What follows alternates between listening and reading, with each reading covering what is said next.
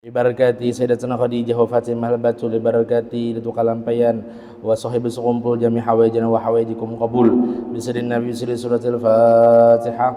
A'udzu billahi minasy syaithanir rajim. Bismillahirrahmanirrahim.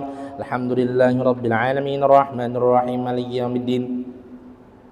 Iyyaka na'budu wa iyyaka nasta'in ihdinas siratal mustaqim siratal ladzina an'amta 'alaihim ghairil maghdubi 'alaihim waladdallin. Amin. Assalamualaikum warahmatullahi wabarakatuh. Bismillahirrahmanirrahim. Alhamdulillahi rabbil alamin. Nahmaduhu wa nasta'inuhu wa nastaghfiruh wa na'udzu billahi min syururi anfusina wa min sayyiati a'malina. May yahdihillahu fala mudilla lahu wa may yudlilhu fala hadiyalah. Asyhadu an la ilaha illallah wahdahu la syarika lah wa asyhadu anna sayyidina Muhammadan abduhu wa rasuluhu la nabiyya ba'da, amma ba'du.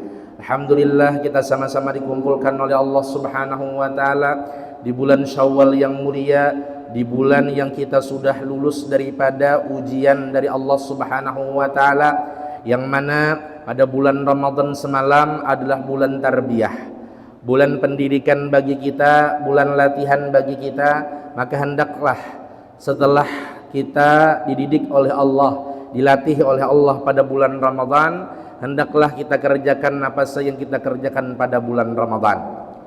Jangan sampai, kata para ulama, kalian menjadi hamba Ramadan, yang mana kata para ulama, kun abadan rabbaniyan wala takun abdan ramdaniyan. Jadilah kalian sebagai hambanya Allah, sebenar-benarnya hamba Allah. Janganlah kalian menjadi hambanya Ramadan. Bagaimana yang disebut dengan hamba Ramadan?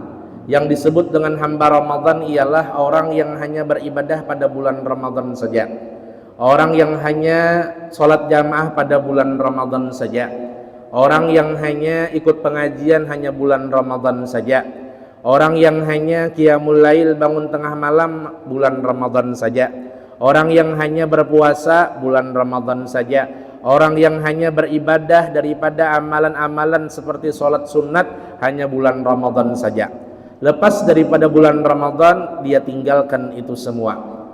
Maka kita sebagai hamba Allah, sebenar-benarnya hamba Allah, bukanlah kita sebagai hambanya Ramadan.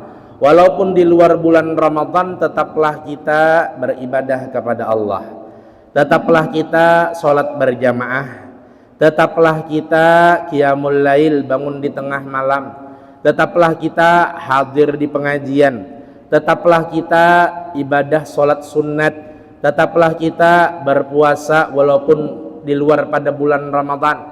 Bahkan puasa yang afdal setelah Ramadan ialah puasa Syawal. Mengqadha yang paling afdal ketika ada seseorang berhalangan tidak bisa puasa pada bulan Ramadan, yang mengqadha itu afdal ialah pada bulan Syawal. Maka mumpung beberapa minggu lagi, artinya 2 mingguan lagi kita habis daripada bulan Syawal. Yang belum mengqadha Ramadan, berhalangan semalam, qadai pada bulan Syawal. Yang belum puasa 6 hari, puasa sunat bulan Syawal, kerjakan pada bulan Syawal. Karena pahalanya bagaikan ibadah setahunan full, ujar Nabi-nya puasa. Bagaimana hukumnya ketika ada seseorang yang berniat mengqadha Ramadan selajur puasa 6 hari bulan Syawal? Maka beberapa pendapat ulama ada yang membolehkan, sahaja aku mengqadha Ramadan tahun ini, selajur puasa bulan Syawal karena Allah Ta'ala. Tapi ada juga ulama yang menyarankan kepada kita agar pahala berlipat ganda, mengqadha puasa sunat 6 hari bulan Syawal berbeda dengan mengqadha. Misalkan pian berhalangan para ibu-ibu atau para bapak-bapak yang garing pada bulan Ramadan sehingga tidak bisa puasa pada bulan Ramadan, bulan Syawal 6 hari misalkan berhalangan, 6 hari misalkan garing pada bulan Ramadan, qadha bulan Syawal 6 hari, kemudian tambah lagi 6 hari sunat puasa Syawal, maka dia mendapatkan pahala yang berlipat ganda dari Allah Subhanahu wa taala. Itu pelajaran pertama yang kita ambil pada bulan Ramadan, tetap berpuasa di luar bulan Ramadan. Kemudian tetap beribadah sholat sunat, seperti sholat sunat tarawih pada bulan Ramadan, kita laksanakan juga setelah Ramadan. Memang setelah Ramadan tidak ada sholat tarawih, Tapi setelah Ramadan masih ada qobliyah dan ba'diyah. Salat sebelum fardu, salat sunat sesudah salat fardu. Maka inilah yang bakal menyempurnakan amal ibadah salat fardu kita. Mudah-mudahan amal ibadah kita diterima oleh Allah Subhanahu wa taala. Amin ya rabbal alamin. Kemudian kita menyampaikan daripada pelajaran kita yang telah lalu hadis yang ke-22. Dari Sa'id bin Musayyab radhiyallahu anhu, ia berkata, Sa'id bin Musayyab ini adalah sahabat Nabi yang selalu menggiringi Nabi dimanapun Nabi berada. Yang mana kata beliau, kharaja Ali ibn Abi Thalib karamallahu wajhah data yaumin minal baiti fastaqbalahu Salman al-Farisi. Faqala lahu Ali, kaifa asbahta ya Aba Abdillah? Qala asbahtu ya Amiral Mu'minin baina gumumi arba'ah. Qala wa madalik rahimakallahu ta'ala. Qala ghammul iyal yatlubuna al-khubuz wa ghammul khaliq ya'muruna bit ta'ah wa ghammus syaitan ya'muruni bil ma'siyah wa ghammu malakil maut yatlubur ruhi. Itulah yang dikatakan oleh Sayyidina Sa'id bin Musayyab.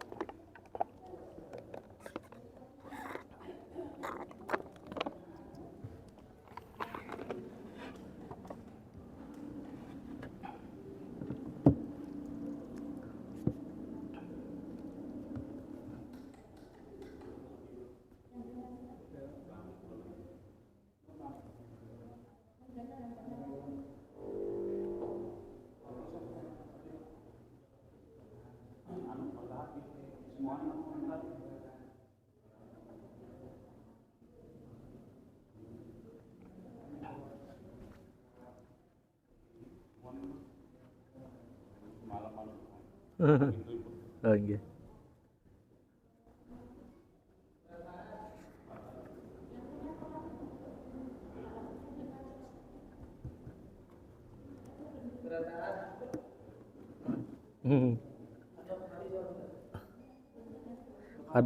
Ada sob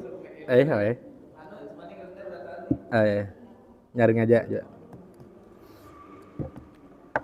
Bahwasanya hadis ini daripada Sa'id bin Musayyab radhiyallahu an, beliau berkata bahwasanya beliau keluar dari rumah dan berjumpa dengan Salman al-Farisi. Ini sahabat Nabi yang diakui Nabi sebagai keluarga. Padahal Salman al-Farisi ini tidak ada dzurriyyat dengan Nabi Muhammad, tidak ada silsilah keluarga dengan Nabi Muhammad. Akan tetapi berkat kecintaannya dengan Nabi Muhammad, dengan berkat kecintaannya dengan keluarga Nabi Muhammad, akhirnya Salman al-Farisi diakui oleh Nabi Muhammad sebagai keluarga. Salman min ahli baiti. Salman al-Farisi ini beliau ada orang Paris, jauh daripada orang Arab, jauh kota dan negaranya daripada Nabi Muhammad, tapi diakui Salman al-Farisi min ahli baiti. Salman al-Farisi termasuk daripada ahli keluargaku, kata Nabi Muhammad. Maka Nabi Muhammad itu memberikan ilmu kepada kita sebagai umat, itu bisa melewat dengan dua cara. Ialah menyampaikannya kepada murid nasab dan menyebarkannya kepada murid sabab. Siapakah murid nasab? Ialah dzurriyyat Nabi, para ahli bait Nabi, para habib dan syarifah. Itu sumber keilmuan mereka itu jelas dari leluhur mereka, dari datu mereka, habib sampai kepada Nabi kita Nabi Muhammad sallallahu alaihi wasallam. Sedangkan murid dari sabab, artinya sabab itu bukan dzurriyyat Nabi, bukan silsilah Nabi, akan tetapi juga mendapatkan warisan ilmu dari Nabi kita Nabi Muhammad SAW. Ini melewat siapa? Ialah kita orang awam ini melewat Salman al-Farisi. yang menyebarkan ilmu sampai ke luar negeri. Inilah sahabat Nabi yang diakui sebagai keluarganya Nabi kita Nabi Muhammad sallallahu alaihi wasallam. Kemudian bagaimana keadaan engkau wahai Abu Abdullah?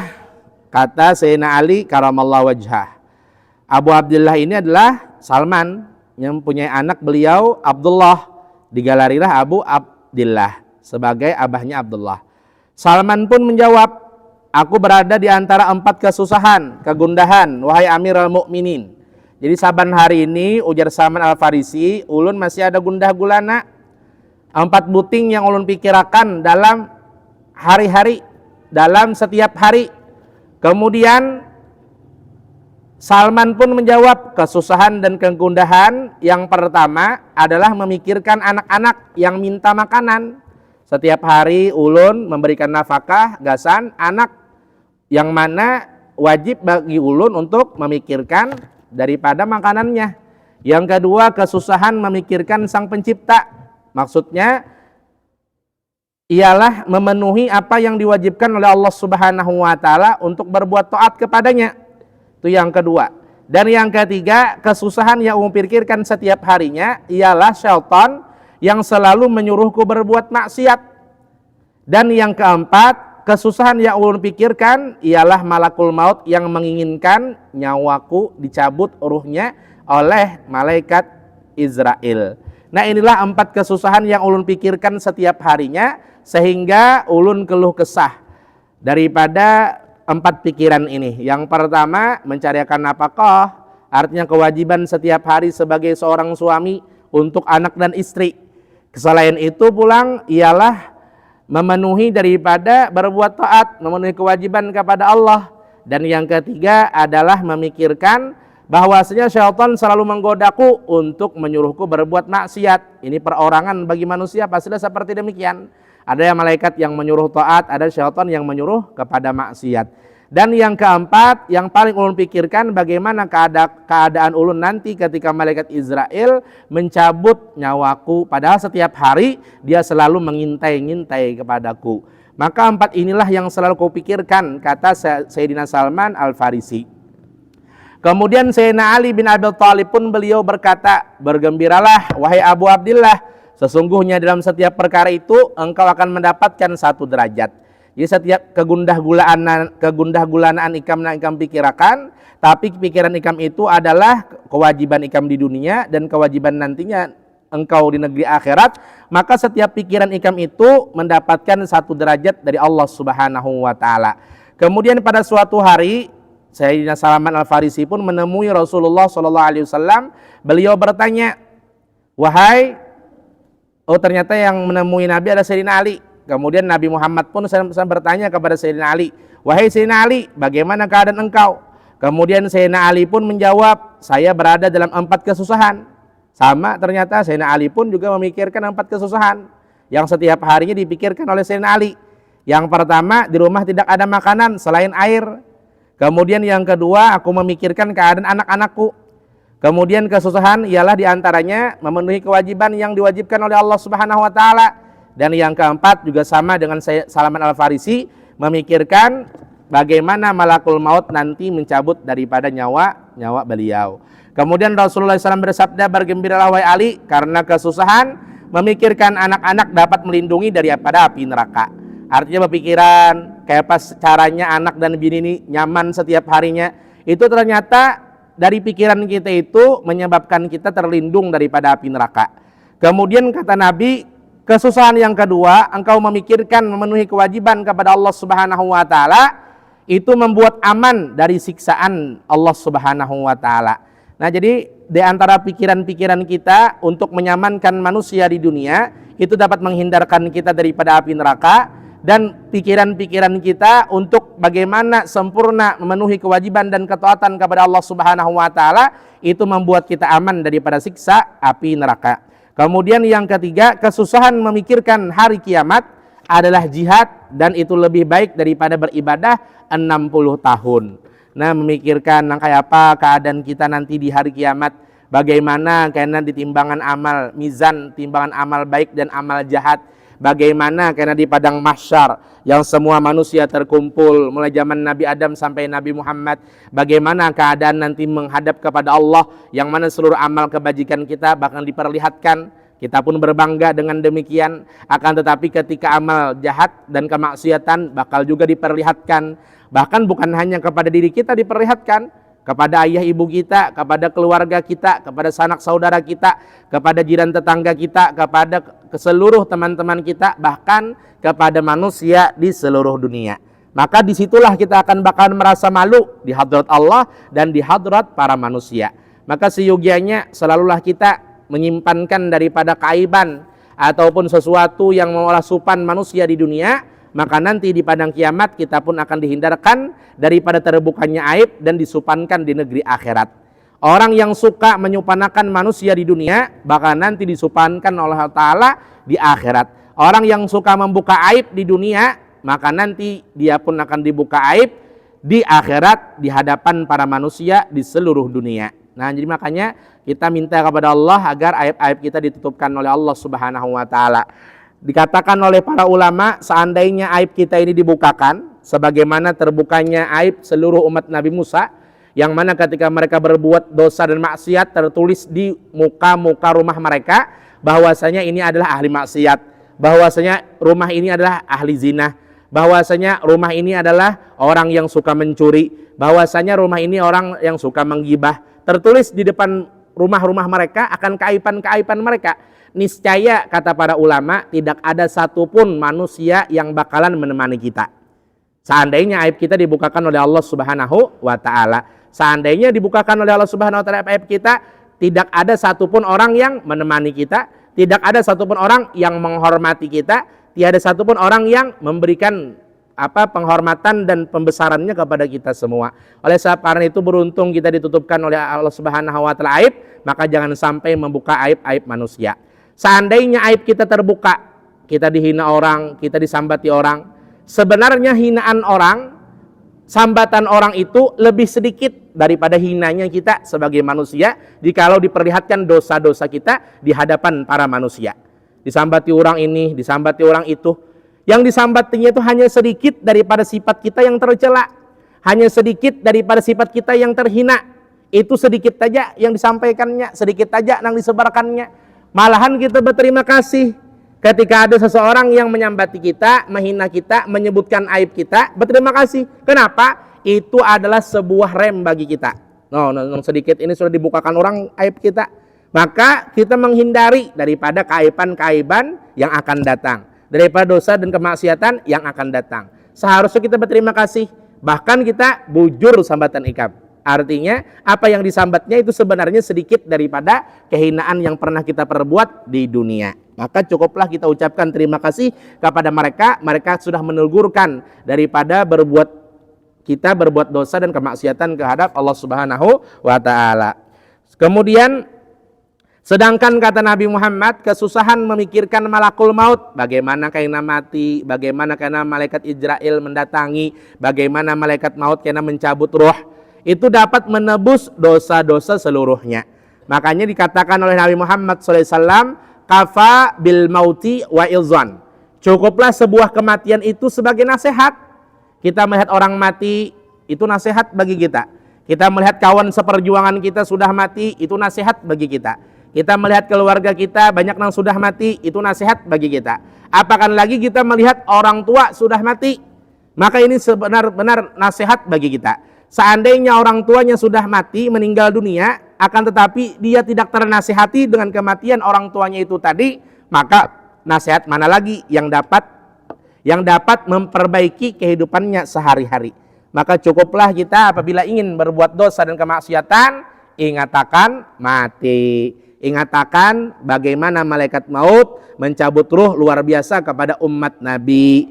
Bahkan ketika Nabi dicabut ruhnya oleh malaikat Israel, Nabi Muhammad SAW merasa ringan dengan apa yang dicabut ruhnya oleh malaikat Israel. Akan tetapi dengan merasa ringannya itu, Nabi takut. Siapa tahu Nabi ringan dicabut ruh, akan tetapi umatnya berat ketika dicabut ruh. Maka Nabi pun berdoa. Nabi berdoa ketika sebelum detik-detik dicabut ruh oleh malaikat Israel, Nabi merasa ketika Nabi dicabut ruhnya oleh malaikat Israel, beliau pun berdoa, ya Allah, sakil alayya wa khaffif ala ummati. Ya Allah, beratkan cabutnya ruh ini terhadap diriku saja, jangan engkau beratkan terhadap umatku. Sampai wafat, sampai dicabut ruh oleh malaikat Israel, Nabi perhatian kepada umatnya agar beratkan saja pencabutan ruh itu kepada Nabi Muhammad dan ringankan pencabutan ruh itu kepada umat Nabi Muhammad sallallahu alaihi wasallam. Maka seharusnya bagi kita sebagai umat Nabi Muhammad juga perhatian kepada Nabi Muhammad. Juga baik membalas kebaikan Nabi kita Nabi Muhammad dengan selalu meminta kepada Allah agar derajat Nabi kita Nabi Muhammad SAW selalu dinaikkan oleh Allah Subhanahu wa Ta'ala sepaling tinggi derajat dengan kita memperbanyak salawat kepada Nabi Muhammad Sallallahu Alaihi Wasallam. Makanya Shahibul Hauliyah Datuk Kalampayan itu beliau gigih mengarang kitab, beliau rajin untuk membuka pengajian, beliau luar biasa daripada mendidik anak dan cucunya. Ini beliau mengingat akan mati. Kenapa? Karena munnya aku jersiden kada melajari anak cucu, kada rajin untuk memberikan ilmu, kada rajin mengarang kitab, apalagi yang kupersembahkan nanti setelah aku wafat, kata Datuk Kalampayan. Makanya sebuah kitab itu adalah peninggalan yang abadi yang bakalan memberikan amal jariah bagi si pengarangnya. Nah, makanya Datuk Kalampayan banyak isi karangan kitab Tuhfatur Raghibin, dijadikan nama sebuah masjid di Alalak. Namanya pun Masjid Tuhfatur Raghibin, dijadikan nama masjid di dalam pagar yang setiap haul Datuk Kalampayan diadakan di sana, Masjid Tuhfatur Raghibin. Kemudian kitab Sabilal Muhtadin, jadikan nama sebuah masjid sebagai masjid percontohan di Kalimantan Selatan, ialah Masjid Raya Sabilal Muhtadin. Nah, bahkan ada foto di Masjid Raya Sabilal Muhtadin itu, lukisan daripada Datuk Kalampayan yang mengikuti kitab. Itulah ujar Abah Guru, foto Datuk Kalampayan ataupun lukisan Datuk Kalampayan yang paling mirip dengan sosok Datuk Kalampayan yang sebenarnya. Nah, jadi itu yang mengikuti kitab. Nah, itu kitab Sabilal Muhtadin, yang mana beliau semua beramal ibadat untuk bagaimana caranya sangu gasan mati. Makanya luar biasa Datuk Kalampayan. Mulai lagi kekanakan sudah berkarya, lagi kekanakan, lagi dalam parut kuitan dulu ayah dan ibunda beliau yang bernama Abdullah dan Aminah. Makanya bagus kita Bapak Ibu sekalian ketika kita ziarah ke makam wali, juga ziarah ke makam kuitan si wali itu tadi. Ini kan kuitan Datuk Kalampayan bernama Abdullah dan Mama Sin bernama Aminah. Itu sebenarnya makamnya sangat berdekatan dengan Kalampayan. Jadi seandainya pian ke Kalampayan, batakun lawan sekitaran orang Kalampayan itu di mana makam kuitannya Datuk Kalampayan? Itu bertaruh sedikit aja, namanya Desa Lok Gabang. Tapi munnya pian ziarah ke situ, munnya kada pagi, siang ataupun sore aja, jangan sampai tengah malam. Karena malam itu khawatir macam-macam. Karena banyak juga kawanan yang ziarah ke sana di waktu malam, macam-macam kecuali banyak orang. Nah, munnya soronganan jangan. Jadi di sana jadi kita ziarah ke makam kuitan daripada seorang wali itu supaya kita berdoa di makam kuitan mereka, wahai kuitan Datuk Kalampayan. Pian ini mendoakan Datuk Kalampayan alim luar biasa. Doakan juga mudah-mudahan anak ulun alim juga dapat juga keberkahan ilmu pian. Nah, dengan berkat pian mendoakan anak pian. Seperti itu juga ziarah ke kuitannya Abah Guru sekumpul Martapura di keraton, di belakang musola Darul Aman, atau di Wadah Babinian ketika ziarah di sekumpul itu ada makam Mama Sidin Hajah Masliyah. Berdoa di sana. Nah, doakanlah anak ulun sebagaimana pian mendoakan anak pian. Pian mendoakan anak pian sampai jadi orang alim, pian mendoakan anak pian jadi orang soleh, doakan juga anak ulun mudahan jadi orang alim, jadi orang soleh. Seperti itu ketika kita berziarah ke makam kuitannya wali Allah. Seperti itu juga udah Basirih. Sebelumnya ada makam Mama Sidin Syarifah Sa'anah, minta doakan juga lawan Sidin. Nah, doakan juga anak ulun. Mudah-mudahan sebagaimana pian mendoakan anak pian jadi wali, mudah-mudahan anak pun jadi wali juga.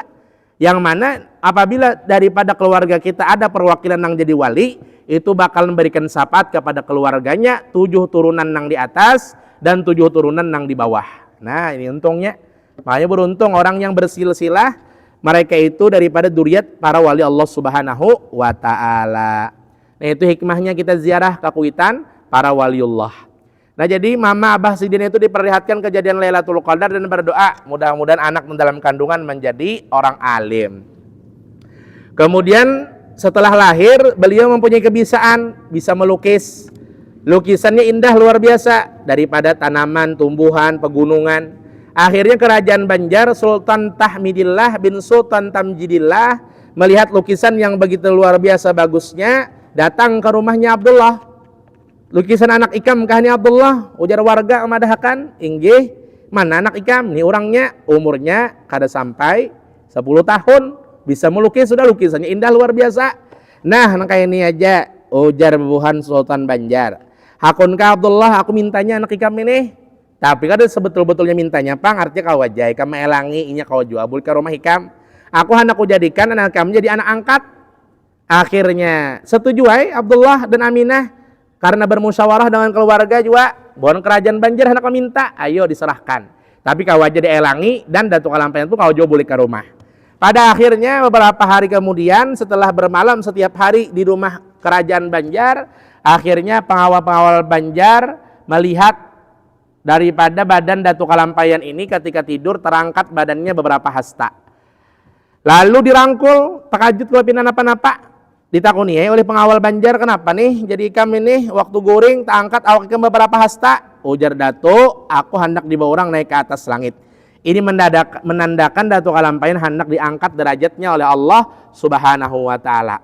Melihat kepintaran yang luar biasa, akhirnya buan kerajaan Banjar hendak menyekolahkan Datuk Kalampayan ke Mekah dengan dana dan daripada harta kerajaan Banjar, menyekolahkan Datuk Kalampayan ke Mekah. Makanya guru kita sekumpul Martapura itu sangat berterima kasih babuhan keturunan kerajaan Banjar. Kenapa? Ketika perguruan ulun seorang gusti buat antung buhan judiat kerajaan Banjar itu belang udah abah guru menghormati luar biasa abah guru lawan gusti lun antung tadi. Lalu ujar guru ulun nih guru lain orang alim, lain orang wali, lain habib juga, kenapa bin menghormati luar biasa kayak ini. Lalu ujar abah guru, jawabannya apa? Ujar sidin berkat pedatuan ikam, pedatuanku alim.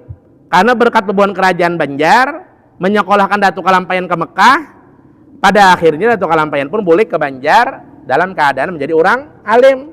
Makanya aku berterima kasih balas jasa daripada pedatuan ikam, ma'alimakan pedatuanku, ku balas melewat ikam. Babuhan juriat kerajaan Banjar. Hebatnya lah luar biasa abah guru nih. Menghormati orang itu bukan kepada Habib dan Syarifah saja, bahkan kepada orang yang berjasa kepada datunya pun juga dibalas oleh beliau.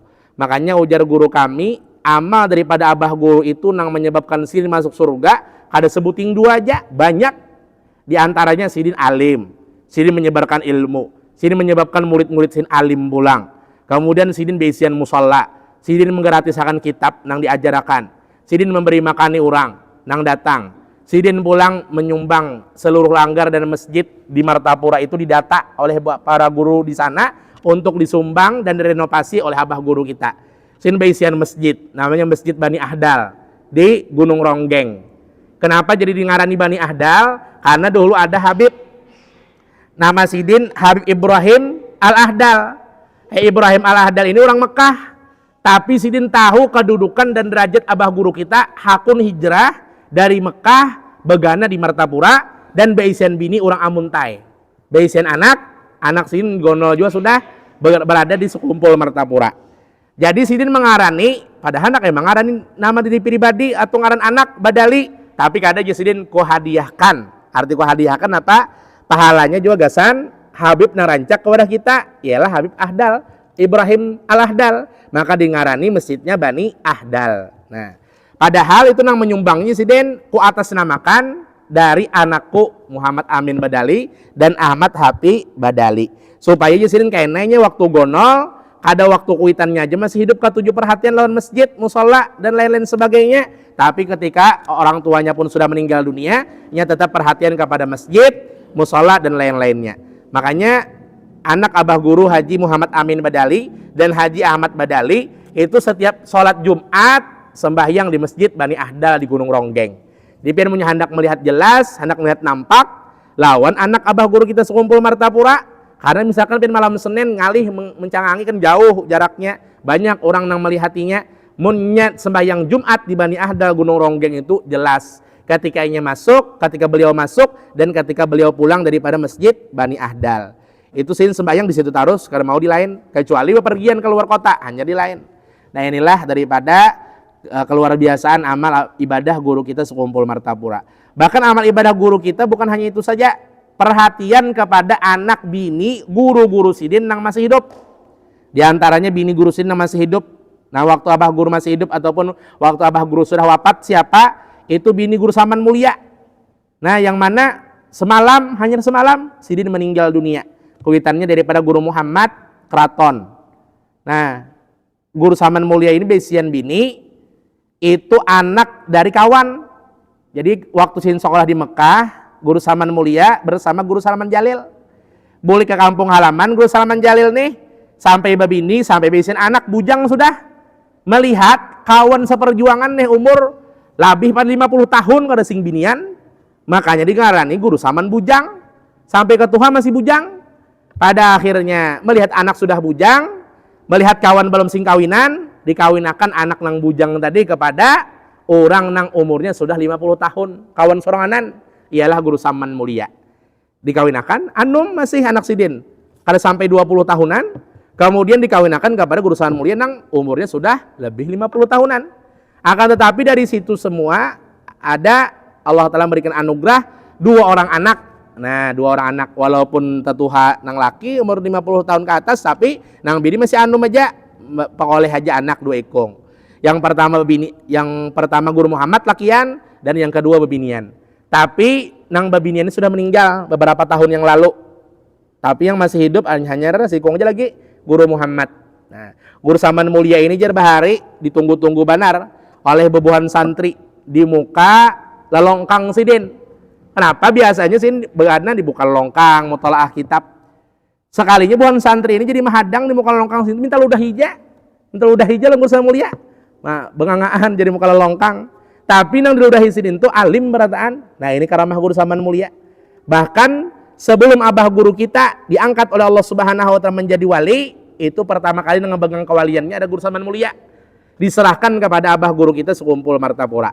Tapi meskipunlah luar biasanya hati para wali ini, hanya Raja Bulik dari Mekah, Basokoh dari Mekah, Bulik ke Banjar ke Martapura, orang di sana kan menyambut nih, lawan anak-anak yang hanya datang dari Mekah, lalu bersalamatan, kuitan guru Saman Mulia nih, membaca Yasin, bebuku, ada hafal, jersiden, membaca doa selamat, tak paling-paling, tak salah-salah, ini menandakan ketawaduan daripada guru Saman Mulia.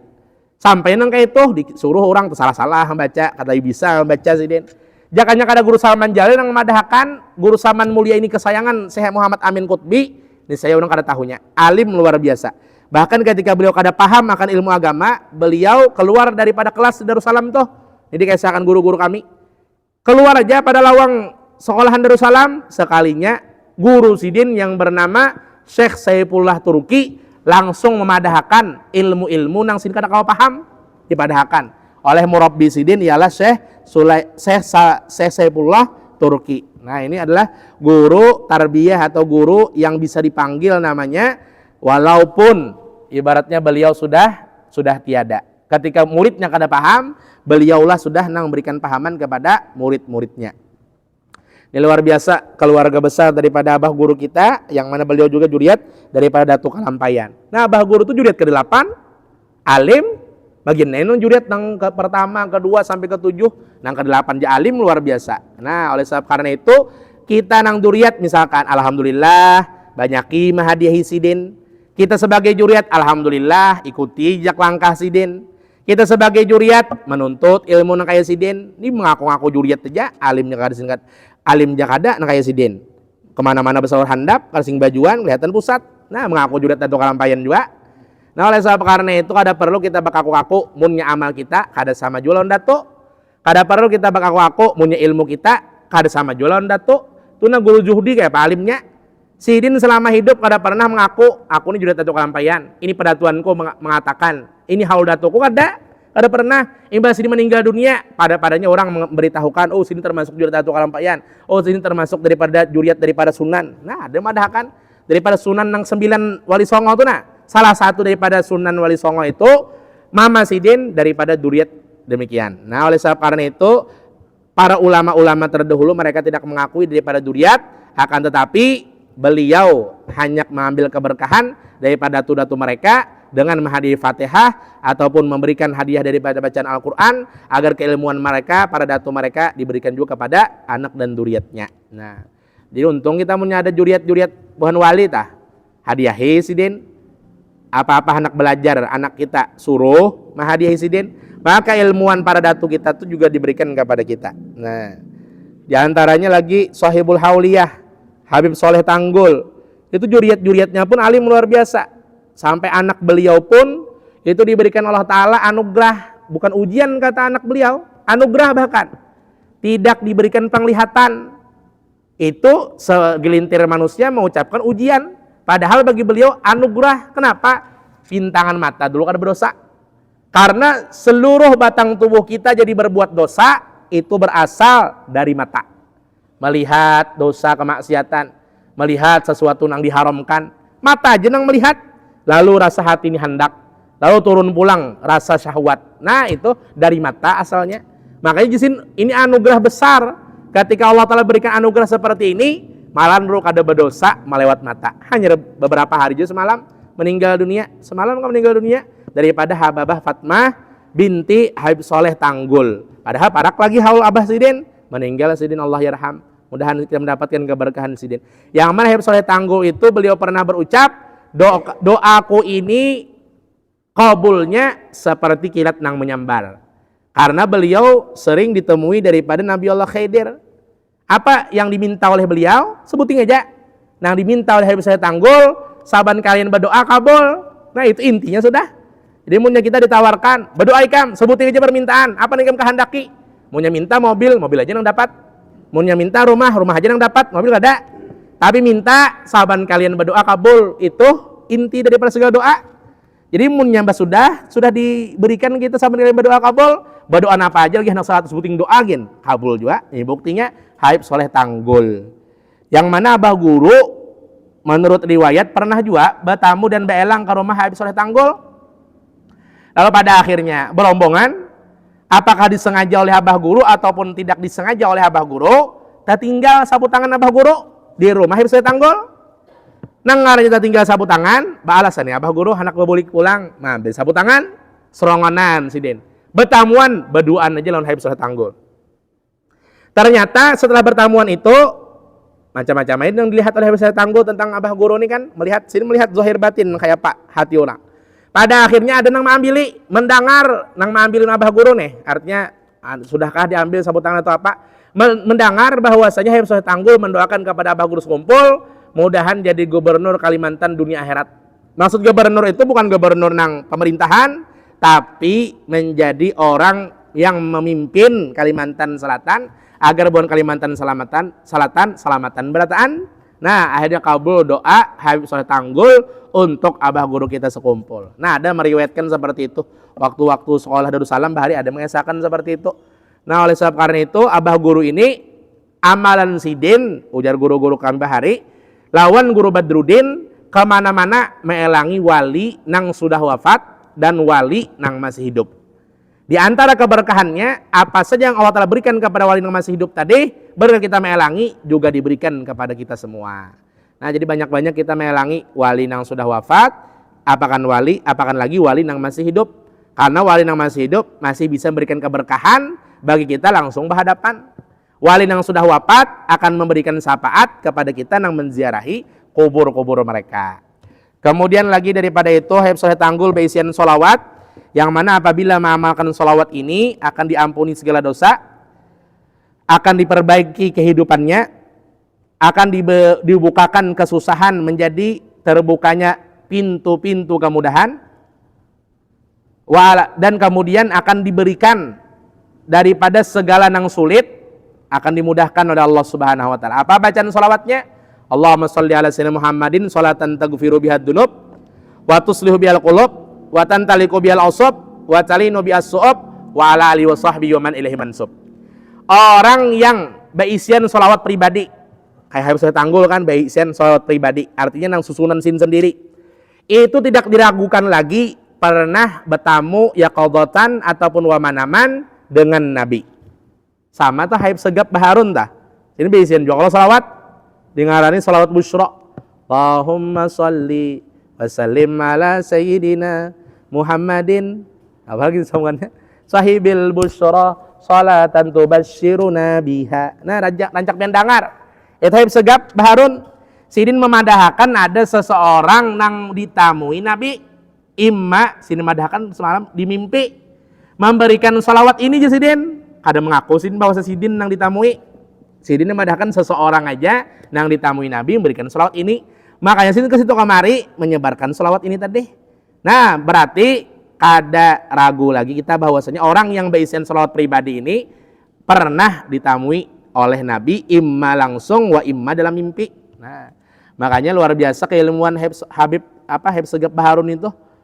Bukunya banyak benar, kitabnya karangannya banyak juga, anaknya soleh-solehah berataan. Nah, ini luar biasa orang yang pernah ditamui oleh Nabi Muhammad SAW. Masih hidup orangnya, santai aja orangnya, karena main futsal sidin lawan santri-santri sidin. Tapi pang keilmuannya, amalnya luar biasa ke situ kemari. Bahkan pernah berhadapan lawan sidin mengetahui tentang hal ihwal ulun dan hal ihwal kekawanan nang berhadap lawan sidin. Nah, mereka ya padahal pernah pakai sah lawan sidin. Tapi itulah daripada orang yang dibukakan oleh Allah Subhanahu wa taala hijab. Tapi orang-orang seperti itu tidak pernah membukakan aib manusia yang diketahuinya berhadapan orang banyak, kecuali hanya berduaan saja. Nah, artinya menjagakan daripada aib seseorang terbuka ataupun tersebar kepada manusia lainnya. Kemudian lagi Habib Soleh Tanggul, Sohibul Hauliyah, luar biasa. Mudah-mudahan pian ada langkahnya untuk ziarah ke sana. Yang mana ada di sana sumber banyu. Ulun pernah ke sana, ada sumber banyu yang mana ujar orang Jember itu adalah obat daripada segala macam penyakit. Jadi mau sampai di sana jangan sampai kada mandi di banyunya itu. Paling kadanya ada kamar mandinya, ya kan kamar mandinya itu berasal mengalir juga banyunya di sana dari sumber banyu yang ada di situ, maka mandi di situ niatakan mudah-mudahan segala penyakit-penyakit kita hilang. Seandainya kita bisa penyakit juga, setumat aja kada berlawasan. Nah itu di Habib Soleh Tanggul. Banyak lagi daripada karamah-karamah wali Allah Subhanahu wa taala yang dihauli pada bulan Syawal. Datu Kalampayan, Habib Soleh Tanggul, kemudian lagi Habib Boto Putih. Siapa Habib Boto Putih? Seberang daripada jalan Nyampulungan, seberang Sunan Ampel. Itu dikatakan orang ziarah ke sana akan diberikan tiga pengabulan doa dengan berkat ziarah ke sana. Yang pertama diberikan ilmu nafi', ilmu yang manfaat. Yang kedua diberikan jahus syasi', pangkat yang dinaikkan derajat oleh Allah Subhanahu wa taala. Dan yang ketiga wal karamul wasi', akan diberikan kepemurahan yang luas.